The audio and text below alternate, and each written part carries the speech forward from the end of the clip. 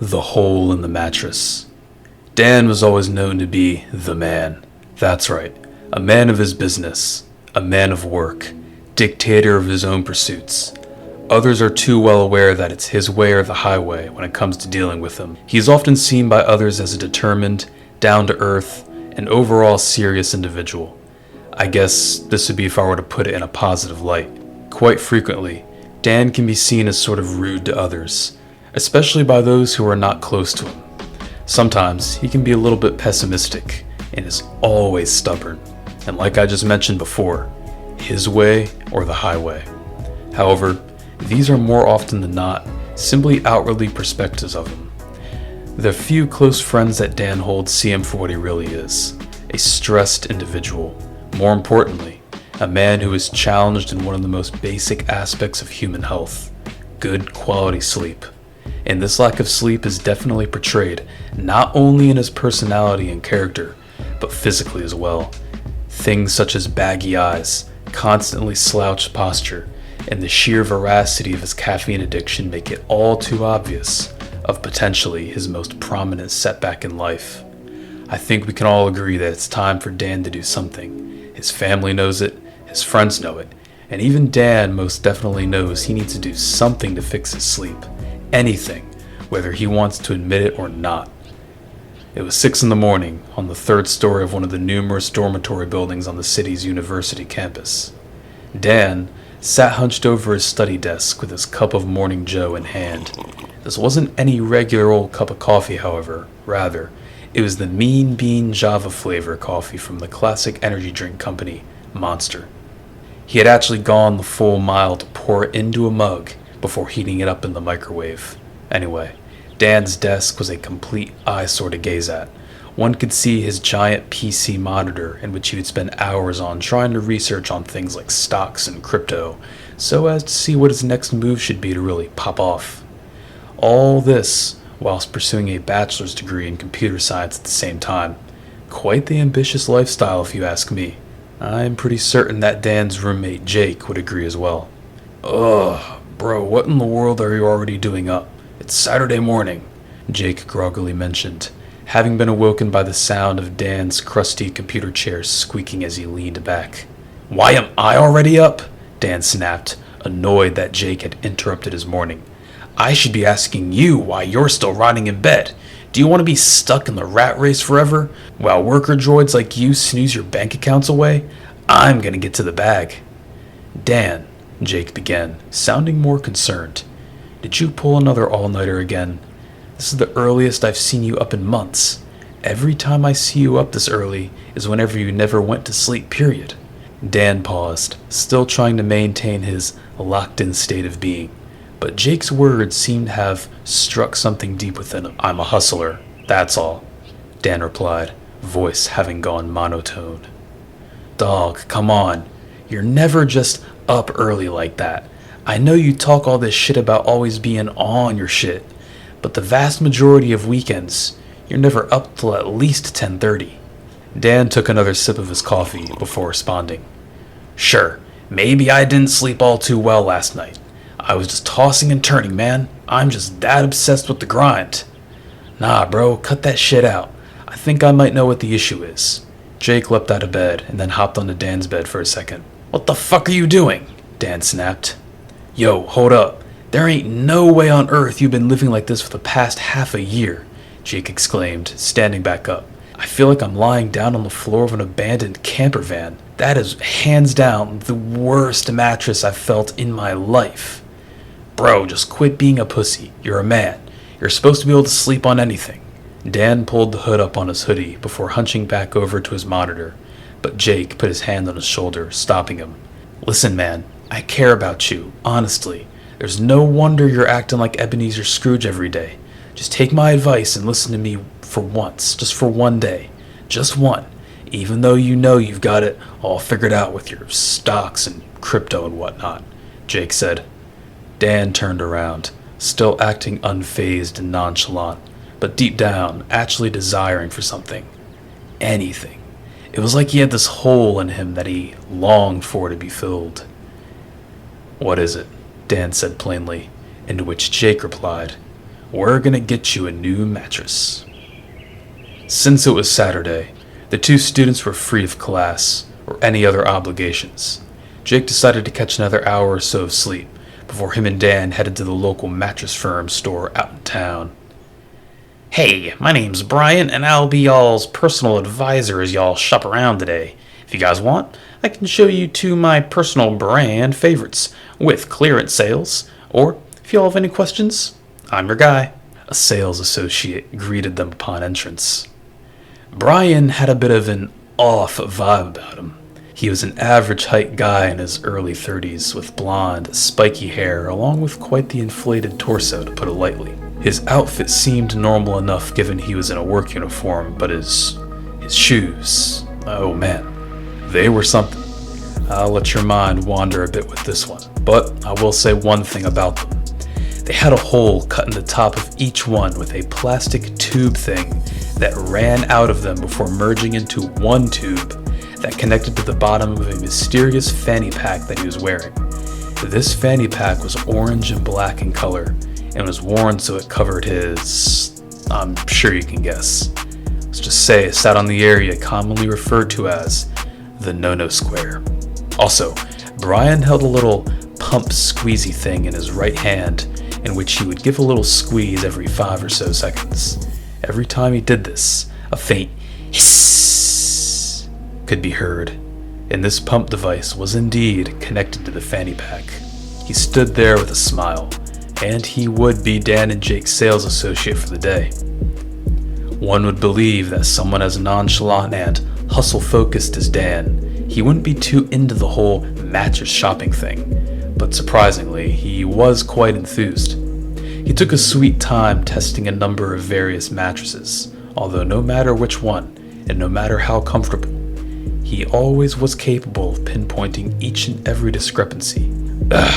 Feels like I'm lying in memory foam. Memory foam is supposed to be the best material for mattresses, Jake rebutted. Dan and Jake probably spent the next 30 or so minutes searching for the perfect mattress, but unfortunately, none would suffice for Dan's standard. Jake turned around to apologize to Brian for taking so long, but when he did, Brian was nowhere in sight. However, almost as if the moment was planned out in a way, Brian suddenly emerged from out of nowhere, carrying a mattress with him. Here we are, he said whilst being out of breath. He then set the mattress on the ground. I found this rucker back in the warehouse section of the store. I think it'll give you a good old time. The mattress couldn't be seen yet due to it being rolled in a cylinder-like form, hence how Brian was able to carry it out from the back. It was wrapped in saran wrap, ready to be purchased and transported back. What makes this mattress special that I should buy it? Dan asked. Brian's smile grew a tad wider as he began to squeeze that hoe-ass pump again. You'll have to take a leap of trust with this one now. You've been working so hard on crypto in your studies. It'll be good to unwind and escape from this stressful world every night, Brian explained. Dan was about to say no flat out.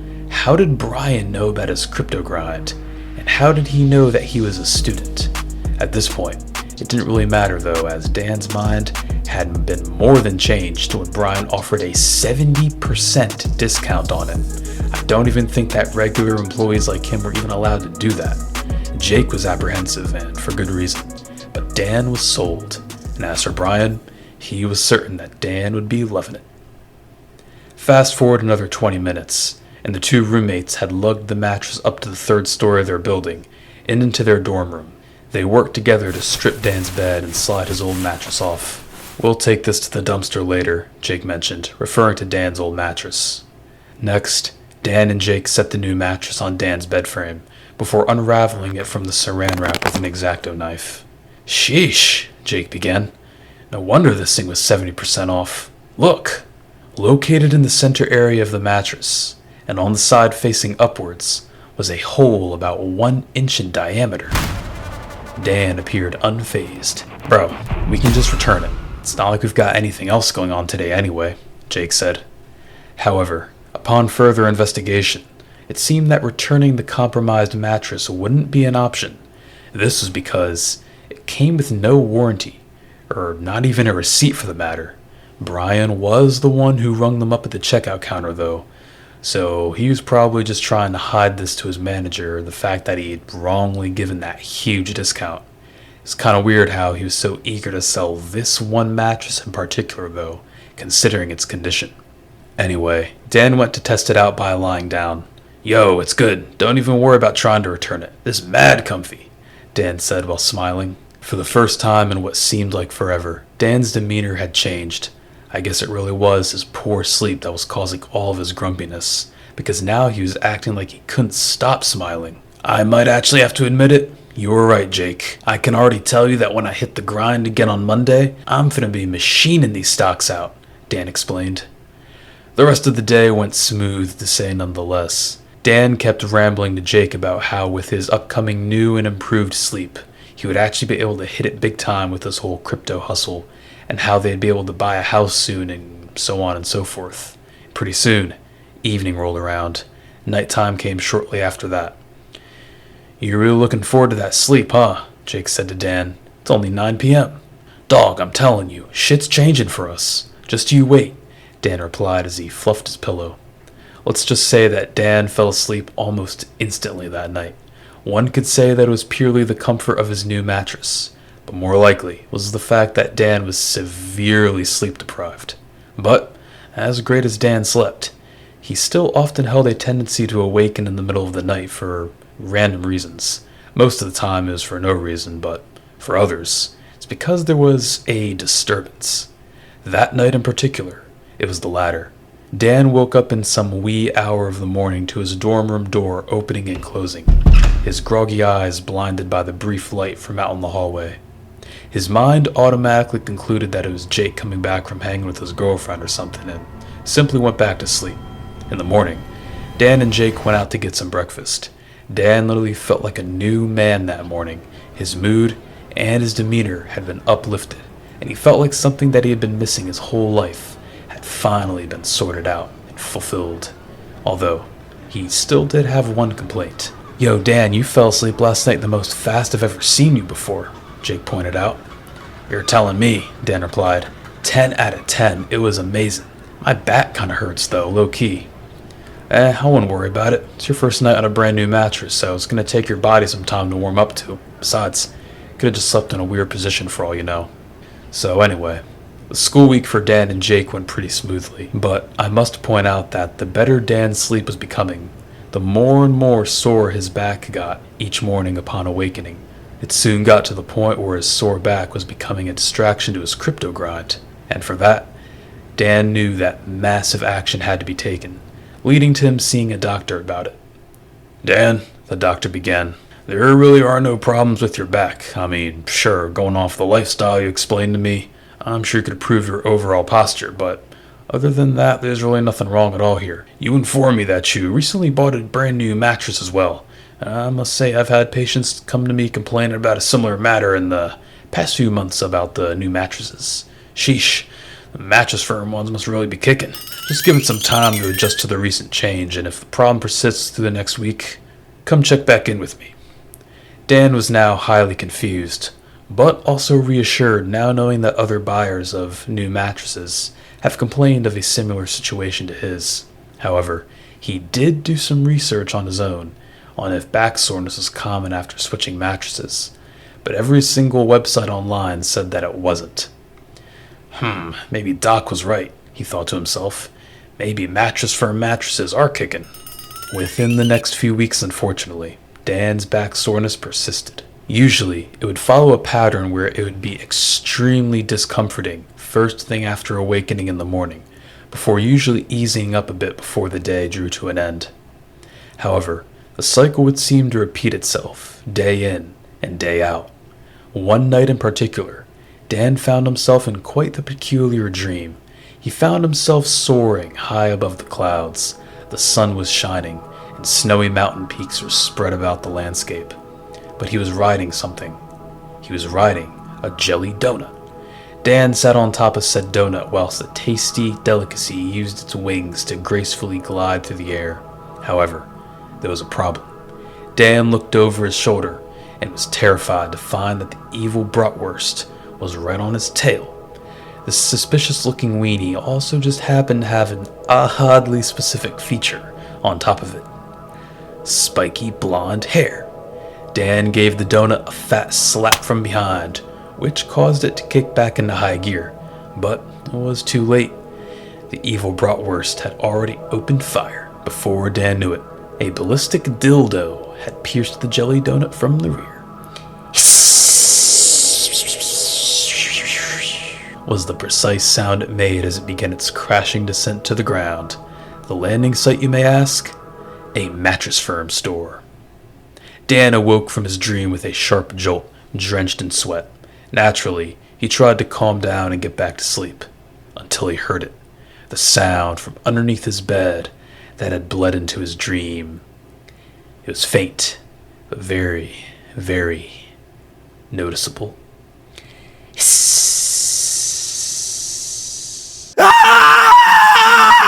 Dan screamed at the top of his lungs.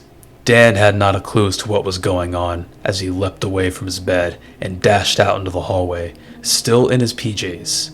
Jake, awoken by Dan's scream, was pretty confused too as he rushed after Dan to see what in the world is going on. Jake found Dan standing in the floor's common room. He was on the phone with the police. "Yeah, there's a fucking intruder in my dorm room. He's been hiding under my bed," Dan exclaimed to the operator. The 911 operator said she'd send a few cop cars on patrol to come over and check it out, and to simply find somewhere safe and just hang tight in the meantime. While the cops were on their way, Jake demanded a full explanation from Dan. "I'm telling you, I woke up from some whack-ass dream only to be greeted by the sound of hissing from under my bed. There's an intruder inside our room." "Impossible," Jake replied, utterly dumbfounded. "We always keep our doors locked." "I don't know. However, my mind can only think of one logical explanation. Not to put any blame onto you, Jake, but by chance, you didn't happen to forget to lock the door last week when you came back from hanging with your girl, did you?" Dan asked. "I never went out last week," Jake replied, confused. "I never go out on school nights, and you know that." The situation is more than obvious now. This was not simply some mishap, rather, forced entry. A very concerning situation considering that the two young men could very well have a potentially dangerous criminal on their hands. However, good thing for them, they wouldn't have to walk into the face of danger by themselves, because just then, the police arrived. Dan and Jake went to meet the officers in the building's main lobby, before leading them to their dorm room. "In here," Dan said. Two police officers stepped into the room, into the dark, into the unknown.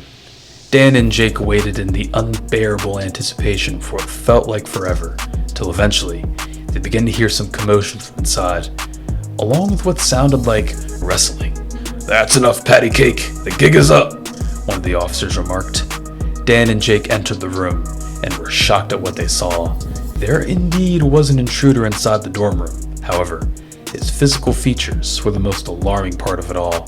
He was a chubby man in his early 30s, with blonde, spiky hair. He wore a dirty pair of khaki pants, along with a red Mattress Firm polo shirt. He also wore a pair of shoes with those all too distinct tubes coming out of them that led up to an orange and black fanny pack on his hips. That was the thing that set off 1,000 alarms at once in Dan and Jake's heads. They then realized that it wasn't just any blonde-haired dude in his early 30s, rather, it was Brian from Mattress Firm. His spiky blonde hair was now all messy and greasy, and his Mattress Firm employee shirt was all stained in some weird, suspicious white substance. The worst part of it all was how he still held the same pump device in his right hand. Even whilst the police were putting him in handcuffs, he still gave that thing a few squeezes.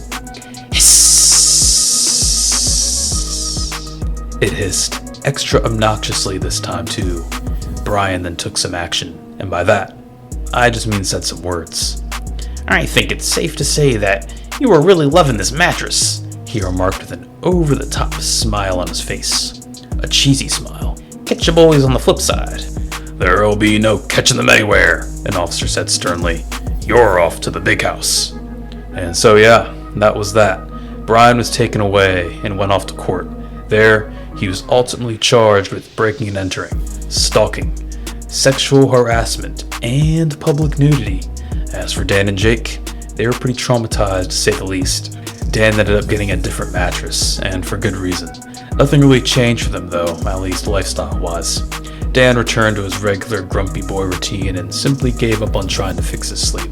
I kind of feel bad for him, not gonna lie, but sometimes it's just how things are. There's some sick people out in this world, so just gotta always be careful. Always, always keep your eyes peeled. And that then concludes The Hole in the Mattress.